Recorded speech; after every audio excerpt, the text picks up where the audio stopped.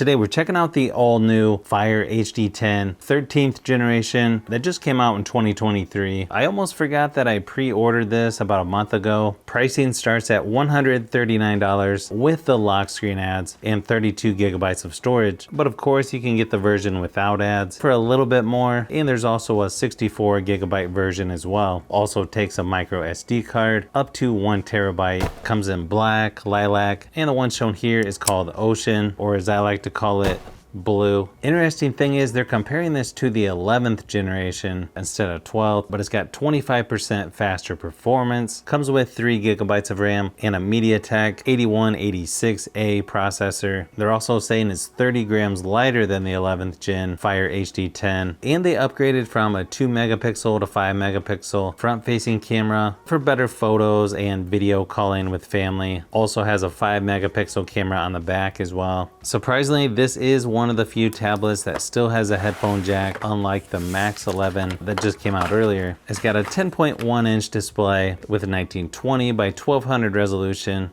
Also works with the new Amazon Stylus Pen, although I don't have one to test.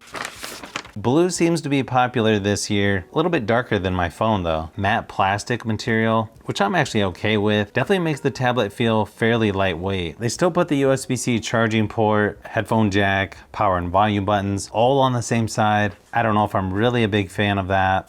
Now during setup, you can make this kid-friendly where it blocks in-app purchases, sets educational goals and time limits, and discover what your child enjoys with Parent Dashboard. Kind of strange, but it wouldn't let me hit not now until I turn the screen off and on. Just something I thought I would point out. Now software-wise, this is gonna look very similar. Software-wise, this is gonna look very similar to pretty much every other Fire tablet that's came out within the last couple years. So far, it's only using about 4% of the 32 gigabyte storage, but I have a feeling just downloading a few apps and games, it's gonna get full pretty fast. They also have some of the weirdest software updates where you just keep hitting update until the number goes down. I think I started with 11 or 12 updates, and you just keep hitting update until it's done. Looks like we're on Fire OS 8.3.2.0. You've got all of your apps here on the home screen. Swipe to the left and you got For You, where it's basically just a bunch of suggestions of stuff you might want to watch, games to play, stuff to read, those kind of things. And to the right is the library, where there's even more recommendations.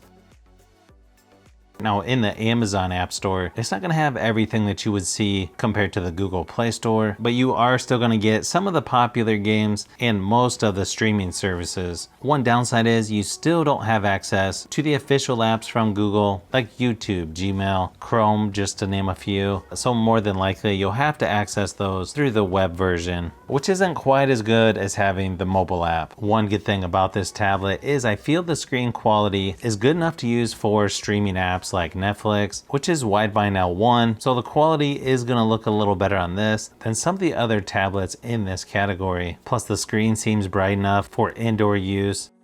You can also do things like split screen on here, which is kind of nice to have more than one app open if you want to get some multitasking done. The notification shade also looks the same as the previous models, but you've got most of your basic stuff like Wi-Fi, Bluetooth, airplane mode, dark theme, Alexa, auto rotate, blue shade, screen mirroring, screen record, do not disturb, low power mode, storage. You can also add invert colors and camera as well. There's actually a ton of wallpapers on here. I'm surprised they just used the same one that they've always used in the past. Looks like this is the one they're using on the box, so I might just switch it to that. I also ran my typical battery drain test just to see how it compares to my other Fire tablets, and it actually did about the same as the previous model at 9 hours. So plenty to get you through a day or two with the mixed usage, even more if you turn the screen brightness down. Performance-wise, this is almost exactly in between the older Fire HD10 and the new Fire Max 11, so I guess not a huge surprise there. It's not going to be the most powerful out there, but sort of what you would expect from a tablet in this category. It should work for most basic things. Now for some reason I couldn't get Asphalt 9 to work on here. It let me download it, it just kept having an error. I feel like I had this same issue with another tablet. It might have been the Fire Max 11, but playing Asphalt 8 seems to have no issue. issue. When testing out PUBG Mobile for a while, it actually played better than I expected. Yeah, it's not going to have the highest settings, but still did pretty good in my testing. It did get a little warm after a while, but not too bad. I think most people will enjoy gaming on here, as long as the game that you want to play is available. And as far as the Asphalt 9 issue, I would think that's going to get fixed with a software update. I know it was fixed later on my other tablet. You've got 2 speakers on here on the same side, so not really ideal, but they're actually pretty decent as long as you point them towards you. Here's a quick sample just to give you an idea of what they sound like.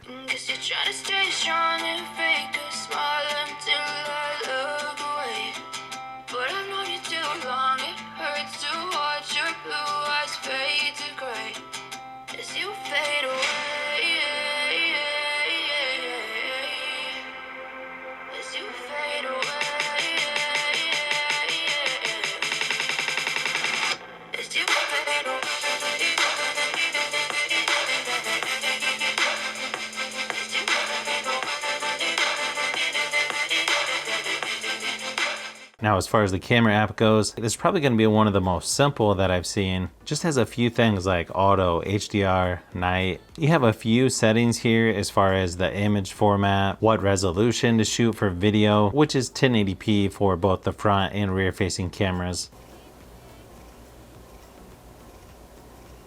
And yeah, to be expected, the cameras on this tablet aren't going to be the best out there. Definitely entry level quality and performance. But here's a few samples just to give you an idea of what to expect on the new Fire HD10.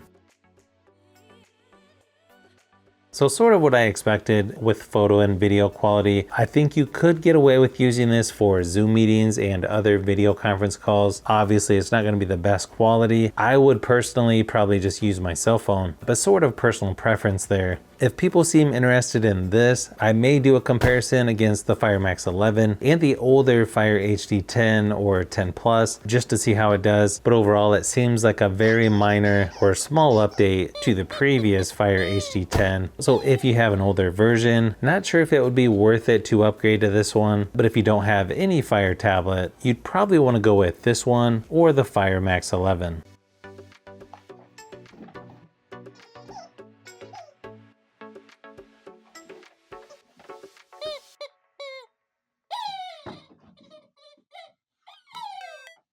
So if you've made it this far into the video, you may want to say thanks by subscribing, and don't forget to give a thumbs up if this video was helpful. This is Brian from Fishbee Productions. Thanks for watching, and I'll see you on the next one.